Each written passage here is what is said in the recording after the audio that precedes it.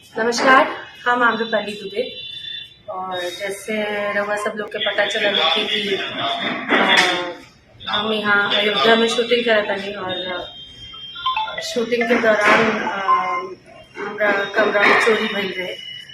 और हमरे मम्मी के तकरीबन 15-17 लाख के गहना और 3 गो बहुत महंगा फ़ोन चोरी भइल रहे होटल रूम से। तो ये बात की जानकारी हमके सवेरे 9 बजे मिलल और 9 बजे ही हम कंप्लेन कैली।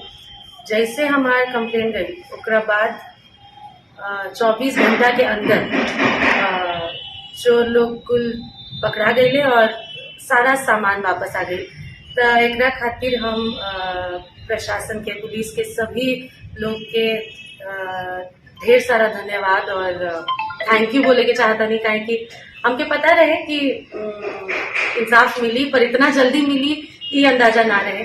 और आज हमके बहुत ज़्यादा गर्व बा कि हम उत्तर प्रदेश के निवासी हैं और हमनी के मुख्यमंत्री माननीय योगी आदित्यनाथ महाराज जी के शासन में और हमनी के राज्य के प्रशासन में इतना बढ़िया काम हो रहा बा।